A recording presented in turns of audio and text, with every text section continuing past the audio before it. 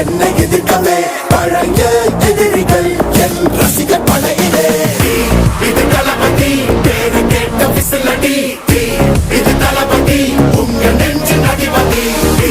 இது தளபதி பேரு கேட்ட விசிலடி, இது தளபதி உங்க நெஞ்சு அதிபதி.